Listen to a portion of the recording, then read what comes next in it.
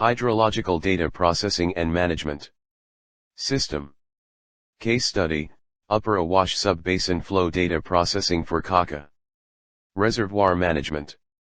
Abstract. This case study is mainly focused on the determination of hydrological river flows using data processing techniques in the Upper Awash Basin that would be used for Koka reservoir management.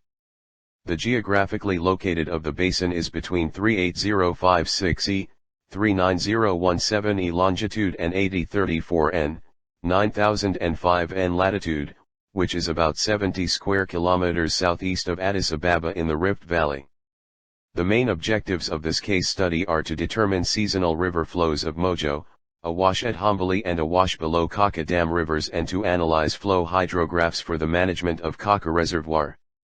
The methodologies adopted in this case study were data collection, data processing and data analyses sections. In data collection section, data were collected using the gauge books, flow measurement, automatic recorders, radar sensor, and telemetry. In data processing section, data error correction, data entry, pre-processing activities were carried out and rating curves were developed. In the last section, data analyses and hydrographs were developed. The finding from this case study shows that the maximum and minimum flows of each river in M3/S are 511.2 and 0.0 for Mojo River, 803.1 M3/S and 0.04 M3/S for Awash River at Hombole and 718.0 M3/S and 0.76 M3/S for Awash River below Koka Dam respectively. These flows were determined from the flow rating curves. The flow measurement parameters for each station were determined as shown in the data processing section. In addition, seasonal and annual flow hydrographs for each river are also presented in the annex. The flows to, Hombole and Mojo river flows, and from, below Koka river flow, would be used for the analysis of dam management during flooding seasons, dam safety, and its efficient use in hydropower generation and irrigation demands.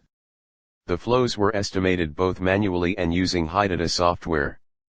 Keywords: hydrology, data processing, flows, reservoir, Ministry of Water and Energy, Addis Ababa. 1.0 Introduction. 1.1 Koka Reservoir. The Koka Reservoir is implemented in 1959 for developing hydroelectric power for Ethiopia. The Awash and the Mojo rivers supply the inflow to the reservoir. During the flood season, both rivers are heavily loaded with suspended matter. Sedimentation in the Koka Reservoir has been surveyed 3 times. In 1969 spot levels of the reservoir bed were taken and in 1973 and 1981 contour surveys were done. The total sediment deposited in the Koka Reservoir in the period 1961-1981 has been estimated at 0.34 cubic kilometers, yielding an average of 17 mm3 per year. A certain sediment prediction formula yielded 0.362 cubic kilometers and 18 mm3 per year, respectively, IMRU, 1992. During the rainy seasons, from June through September, about 80% of the rains are received. Heavy downpours are common in most parts of the country and large-scale flooding is rare and limited to the lowland areas where major rivers cross to neighboring countries. However, intense rainfall in the highlands causes flooding of settlements close to any stretch of river courses. The Koka Reservoir operation has traditionally been responsibility of the Ethiopian Electric Power Corporation, EEPCO. Downstream of the dam there are 3 hydroelectric power plants, which are the main source of electric supply for the country. In the Awash Valley below the dam there also is irrigation of close to 70,000 ha depending on water supply from the reservoir. A Koka Reservoir Operational Committee, composed of representatives from the Electric Board and Ministry of Water and Energy, establishes operation schedules for the reservoir to be followed for each rainy season. This schedule takes into account irrigation water requirement, flood security for developments downstream as well as power generation. A close follow-up of the operation by this committee has made it possible to prevent significant damages by floods and has rendered improved water supply for developments. Objective: prepare hydrological yearbook for users. Sustain surface and groundwater study based on the available technologies and update the information on timely basis. Develop flood control and early warning systems using hydrological models and provide real-time information for users to reduce and manage flood risks in different parts of the country. Collect water level, flows, sediment sample, and water quality from different hydrological stations and available data for development and research activities. 1.2 Study Area. The study area is located within the main Ethiopian rift valleys and mostly affected by the southerly and easterly Indian Ocean air currents. As a result, the air currents supply rain with bimodal characteristics. According to stream flow data that obtained from the area signify that there is high peak of rainfall from June to September, low from March to May and dry from October to February. Please refer the hydrographs in the Annex 1, 2, 3, 4, and 5 for each station. 2.0 Data Processing. Data processing is a system of changing raw data or unprocessed data into a recognizable format that has been collected and encoded from the given gauge station. In other words, it is the process that starting from data acquisition from the field to database management in the office where the data will be given for users and stored in the database. Hydrological data are valuable in that they are relatively expensive to collect, are irreplaceable and have the potential to have very high value following certain events. Error correction and data entry. Before entering the raw data into computer, the data should be corrected if there are errors such as data missing during data recording at the station. Once the error is corrected throughout the series, then the corrected data are entered to the computer to get processed and analyzed data and /or information for different applications. 2.1 Developing rating curve. Once the discharge measurement and water level are plotted, for low and high flow points, G1, Q1, and G2, Q2, were identified in order to determine the flow parameters. This means, Q3 is computed using. Then G3 is. Read from the corresponding readings of Q3 on the plot. Finally, the zero gauge height, G0 equals E, the slope, B, and the flow coefficient, C, would be determined using the following empirical equations. Discharge is calculated by using the relationship established in the first part. If the stage discharge relationship doesn't change with time, it is called permanent control. If the relationship does change, it is called shifting control. Shifting control is usually due to erosion or deposition of sediment at the stage measurements. Bedrock bottom parts of rivers or concrete structures are often, though not always, permanent controls. Q equals C asterisk, GE, caret B. Where, G is stage height in meter and Q is for discharge in M3/S, C is constant number, E is zero gauge height, and B is slope of the river reach. 2.2 Flow determination. Once the rating curves are developed, flows were computed from the river water levels. The developed rating curves for the 3 hydrological gauging stations were determined.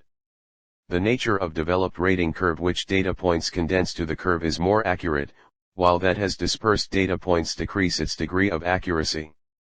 The other point which one considers that the data extremely far from the fitting curve is considered as outliers and are not considered in the computation. Therefore, for each rating curve, 3 parameters were determined for the 3 gauging stations. Accordingly, the parameters for Awash River at Hombole are C equals 23.82, E equals 0.35, and B equals 2.3417. For Mojo River, these parameters are C equals 29.52, E equals -0.46, and B equals 1.688. Similarly, these parameters are C equals 51.18, E equals -0.218 and B equals 1.418. Table 1 Daily Time Series Flows. Table 2 Annual Maximum and Minimum Time Series Flows. The rating curves were also developed using HydroData software. Since the dataset is many in number, it is difficult to assess and estimate the error manually. However, this might be handled easily using software. Here the manually developed and HydroData software developed rating curves were compared and the results are presented in the annex. Please refer the attached figure. The relationship between G and Q is expressed by a single valued straight line equation. Figure 1. Rating curve for Mojo River. Figure 4. Seasonal flow hydrograph of Mojo River. Figure 2. Rating curve for Awash River at Hombole. 3.0 Data analysis. 3.1 Hydrographs. It can observe the seasonal flow curve, the variation of flows in different seasons by the effect of South Atlantic Ocean winds. Therefore, the most Ethiopia's river are perennial. During high flow or main rainy seasons, from June through September, ITCZ is moves northwards to Red Sea. At this time many parts of Ethiopia receives rain. Small to medium flows are also obtained when ITCZ moves in southern part of Ethiopia, which brings rainfall to south and southwestern part of the country, from February through May. During dry seasons, from October through January, ITCZ is located further south and brings low flows rain to extreme south and southeastern Ethiopia. Figure 5. Annual flow hydrograph of Mojo River. Figure 6. Seasonal flow hydrograph of Awash River at Hombole. Figure 7. Annual flow hydrograph of Awash River at Hombole. Figure 8. Seasonal flow hydrograph of Awash River below Koka Dam. 3.2 Reservoir Management. Koka Reservoir storage capacity is required to be maintained to absorb foreseeable flood inflows to the reservoirs, so far as they would cause excess of acceptable discharge spillway opening. Storage allows future use of the flood water retained. Koka Reservoir had an original storage capacity of 1,650 mm3 at full reservoir level of 1590.7 m above sea level, or 110.30 m reduced level.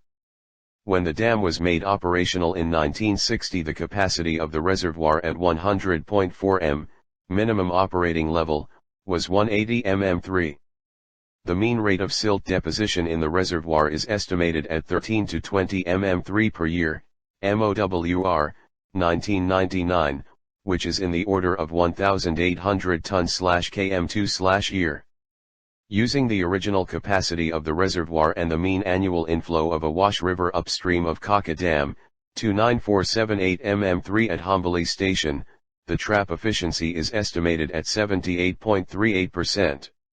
Soil erosion in turn causes serious downstream negative multiple effects with high social and economical effects. The Metalisha Earth Dam near the Mojo River, for instance, filled with 96,000 cubic meters of sediments in 2 years, largely due to sediments from intense gullies, PRDE, 1989. Sedimentation of Koka Reservoir has also been an ongoing problem since its impoundments. Of the most hydrological data types stored in the database are description that shows geographical and space-oriented data on catchments, location-oriented data of observation stations and water quality laboratory results, processed results, and rating questions, etc. Hydrological data are therefore disseminated for different users as per their requests from Hydrology and Water Quality Directorate, Ministry of Water and Energy for free. 4.0 Results and Discussions. As indicated in the objective section, the main aim of this case study work is to determine flows to and from Koka Reservoir and to study the current status of Koka Dam and its reservoir management system. The condition of the water in the area is explained based on climate and hydrology of flow data collected from gauging found upstream and downstream of the reservoir. The developed rating curves for the 3 hydrological gauging stations were determined.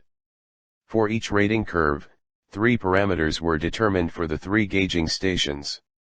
Accordingly, the parameters for Awash River at Hombole are C equals 23.82, E equals 0.35, and B equals 2.3417. For Mojo River, these parameters are C equals 29.52, E equals -0.46, and B equals 1.688. Similarly, these parameters are C equals 51.18, E equals -0.218 and B equals 1.418. In the first step, the relationship between stage and discharge is established by measuring the stage, and corresponding discharge were plotted on log paper. And in the second part, the discharge was calculated by using the relationship established in the first part. From the rating curves, the following straight line result was gained on the 3 gauging stations, and also the curve characteristics exactly shows that the base sediment load patterns on the area increase time to time. Results show that the flows were estimated using rating curve solution using a 12 years data, 1998 to 2009 for Awash, Hombole, Mojo, and Awash below Koka Dam Rivers. It is also presented graphically in the analysis section. Therefore, the average annual flows of Mojo River is about 341.06 mm3, Awash River at Hombole is 1440.58 mm3, and Awash below Koka Dam is about 1520.19 mm3. These flows are higher in rainy seasons. In contrast, the data pointed to a decrease in stream flow during low flow periods. Increased evaporation during these dry years could also have contributed to the low flows.